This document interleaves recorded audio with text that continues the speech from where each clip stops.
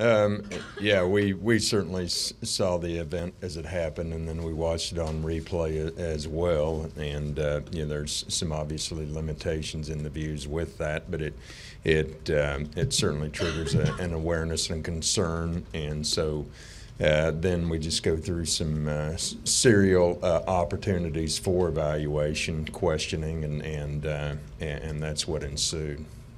Like for instance, the KD test. We don't use, that's not one of the tests that's in our protocol. No. Initially, what you're just looking for is some elements of cognition and postural effects and some of those overt physical signs and symptoms of concussion as they would occur. Bob mentioned that he revealed that he had a headache at halftime, and that was a factor. How big a factor was that? Oh, it's certainly a factor, a critical factor. Concussion, as it occurs, is without a doubt probably the most challenging thing that we face because, again, largely you're left to self-report again unless you see those cognitive or postural issues that we've described earlier. Then you are just left to what the athlete's going to tell you. There aren't any other particular clinical signs and symptoms that you can see and that you can go to, and so again that necessitates that you have that serial evaluation, which we did, and we saw him on the field at the event. We saw him on the bench subsequently, and we went to him at halftime to evaluate him as well. Scott, there's so little that we do know about concussions as a science, I guess. Were you satisfied? I guess, how does it progress from he looks okay, let's send him back out there to, okay, we need to hold him back. How did that progress?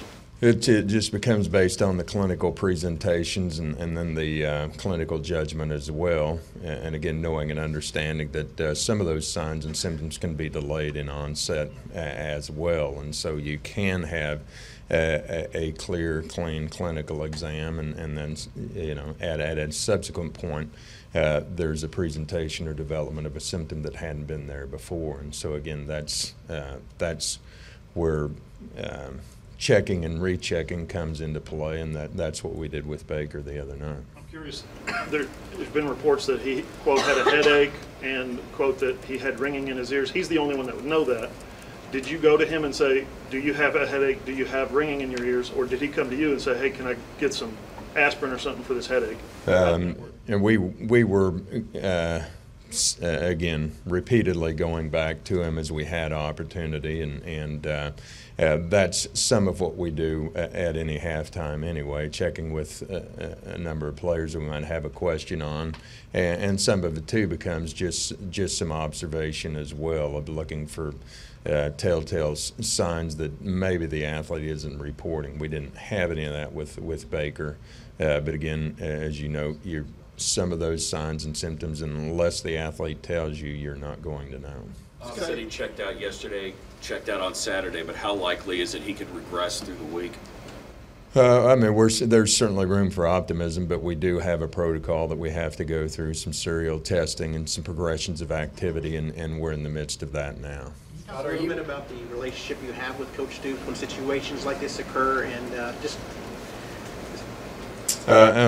Bob has been phenomenal for me as an athletic trainer to work with throughout in any situation and circumstance. He has a great passion for the health and the welfare of the athletes, and has been supportive from day one for what we do and for what our team of physicians and everybody else does. And so, he's proven that over and over, and I think it's obvious enough that it's seen by others as well, not just something that I attest to. Scott, are you satisfied with the steps the NCAA took here a few months ago, and then the Big 12 added on to address the concussion issue? It's a little bit of a work in progress, obviously, that we've been able to address some contact practice limits nationally, and from a conference standpoint that we've been able to look at the protocols of assessment and management, and that there has been a threshold that's been set that has to be met, and so all of those are good things. It's something that we continually look to work and address institutionally within the conference and nationally as well. It's in terms of research and gaining some additional knowledge, and then just some of the practical points of application from the knowledge that we do have. These things that you guys already did, mostly, I mean, did anything change for you with the institution of these new rules? Just probably some minimal logistical things, nothing particularly in terms of a change in our protocol or the management of a concussion per se, no. You guys have a spotter dedicated for that particular purpose upstairs to look for head injuries? We did implement that this year, yeah. Has that been helpful? It has been. There hasn't really been anything that they've seen that we haven't been. It's been helpful for them to kind of amplify, what we maybe thought we saw or didn't see. Scott, can you take us through, what you check a person for when you're monitoring each day after they've suffered a concussion? After they've suffered a concussion, it's a series of tests that we do, and it's some mostly relative to cognitive things. There's some various neuropsychological batteries that we do, just looking at concentration and memory and orientation, those types of things. There's symptoms that we look for. There's postural testing that we do, and we have a baseline that's a relative normal that we can compare against as we go through, and then we have the day 1, 2, 3, or whatever, and then it's the how they respond once they get back into the functional things of sport as well. And so you have all of these pieces that you put together and combined with the clinical judgments as well. What's the difference between what you look for immediately following and then what you look for the following day? It's relatively some of the same things throughout. Again, it's it's as much as anything the athlete's symptoms and then their ability to respond and perform within the testing. What's the chances if he's okay today, he'll be okay Thursday and Friday? Any good evaluation is a positive step to take. So then again, you're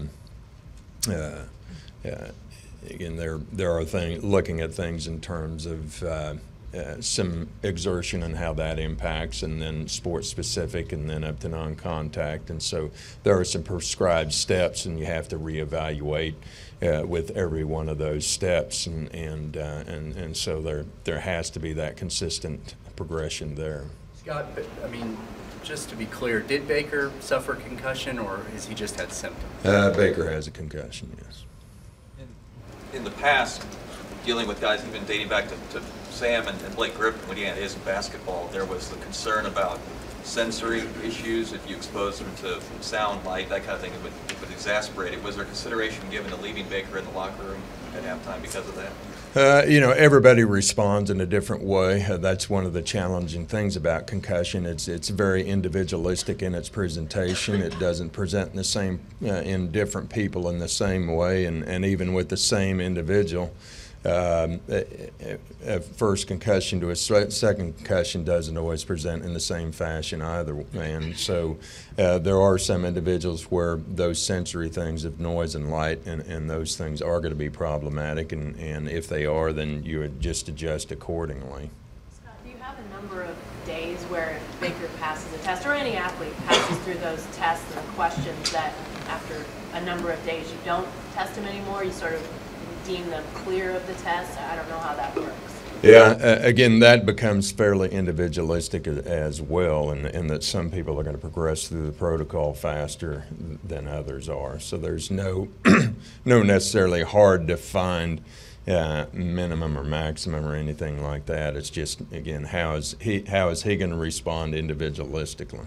How is when was the baseline established, for example, on Baker, And is that a clear-cut thing? Is there any fudging on that ever with an athlete? You know, that's again one of the challenging things about concussion. There's nothing particularly clear-cut about it at all. But in terms of baselines in general, it was the initial requirement was 2010 with the NCAA. With Baker, we established a baseline as he came here, and then we revisit that on an annual basis as well. Scott, you're one of the leading proponents in research and all this concussion stuff. When did it come on your radar, these head-to-head hits? So we didn't even have the rule until about 5 years ago, that these were happening and it was causing... It's been really about 20 years. We had an opportunity to gain some exposure to some individuals and some research that was ongoing, and we were able to engage with people like Mike McRae and Kevin Guskowitz and some of the really seminal research that they were doing late 90s, early 2000s, and so we've been integrated with them and some of the other things throughout. So it's certainly been a point of focus and one of our passions. I guess my question is, was there a point where you just realized guys are using their heads more to tackle guys? Yeah, it's been a series of learning things, but yeah, it's become pretty obvious that if you're going to eliminate or reduce head injuries, you're going to have to get people to quit having contact with their head. As the week progresses and the protocols are met and the evaluations are met, is there a time where Baker will be cleared at that point, or is it right up to game time that you will continually monitor? I suppose as with any of our players, there'll be some serial monitoring always up until game time. But yeah, again, within the protocol, there's an opportunity that prior to Saturday, there'll be an opportunity to gain clearance, and ultimately, again, per protocol, that becomes the decision of Dr. Brock Schnabel, who's our head team physician. That decision rests with him. Is he going to be able to do everything in practice that he has been doing? Theoretically. Again, we've got steps we've got to put in place today, and some of those have already taken place. The way the week sets up, consistently what I know we're going to do on Monday and Tuesday and Wednesday, and what Baker's going to do, is it a doable deal for him to have a good full week? Sure, but again, it's still a steps of progression that we've got to take. We've heard the word baseline a lot. I wonder if you could, what exactly does that entail? What all do you test to get that baseline? It's just a battery of things, looking at previous medical history and concussion history, a symptom scale, a test called a standardized assessment of concussion that's a brief neuropsych battery, balance error scoring system that's a brief balance test, computerized neuropsych test. Those are the primary components that consist of the baseline, and then those are comprise a lot of what we go back and look at serially over time through this week. Will there be a difference in any way, perhaps in the type of helmet he wears, any kind of things that can be done in that regard to protect him further? Our equipment managers do a great job, and so I don't foresee any change with that. I mean, they'll do due diligence, and have already done that and gone back and looked at the helmet, and just to make sure that that there wasn't something that needed to be maintained. But the answer is no. I remember Zach Henderson, and it may have been Steve Rhodes as well, but they had those helmets that had been, back then the helmets weren't any good at all, and there was significant padding that was added. Are these helmets good enough right now where there doesn't need to be any added? They certainly pass all of the science and those types of things, but again, there's always the caveat that there is no helmet out there that protects against concussion. The helmets are designed to prevent against skull fractures and some of those traumatic types of injury, but again, none of them are designed to protect or have the capability of protecting against concussion per se. So, Scott, I'm curious, if he was passing the concussion protocols and things on the sideline, in the locker room, those sorts of things, how did you determine that he had in fact suffered a concussion?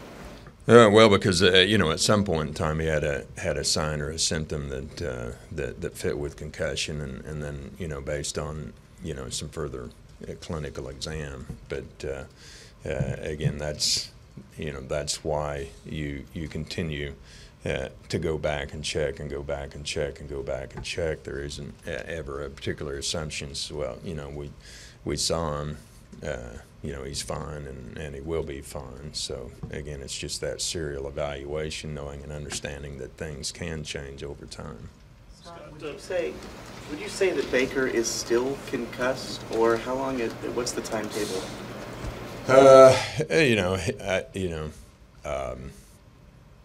In technical terms of the concussion protocol, I suppose in those terms, yeah, he's still clinically in those regards, he hasn't gained a medical clearance to return to sport. So it's becomes splitting the hair a little bit.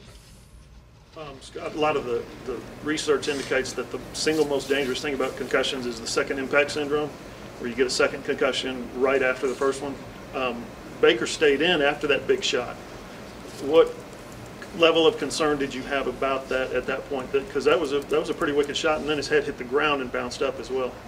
Yeah, and second impact syndrome is kind of a deal all often unto itself, and it's a condition where some people attest to it and some people don't. It's a condition that certainly the catastrophic incidents that have been attributed to that have been more in high school, junior high youth individuals as opposed to a collegiate or an NFL population. But from our standpoint with concussion, all we really seek to do is as it occurs that we understand and appreciate that it does exist, and once we have that knowledge, that we're taking the steps that we have, that by law anyway dictates that as a concussion's recognized, that individual is done for that day. So at that point in time, there's no clinical judgment that we have to make. We don't have to sit there and say, well, okay, he's got a concussion, shall we let him go back and play or not? That's, again, by bylaw, that decision is made. We don't have any discretion at that point. So if he had a concussion and he continued to play, are you satisfied that the examinations were thorough enough, that you guys did everything you could? Yeah, I mean, we've gone back and looked at that and dissected it, and is there anything else that we could have done differently or taken action earlier, and I think it's just affirm the fact that we certainly have to do the due diligence and again have the serial evaluation, and so we've got great confidence with our management. Was he in any danger of second impact syndrome running the ball like he was? Yeah, again, I think second impact syndrome is I don't know that we can make a straight direct tie with a second impact syndrome. Again, that kind of delves into a lot of things about concussion that we still don't quite know and understand in terms of risks or lack of risk.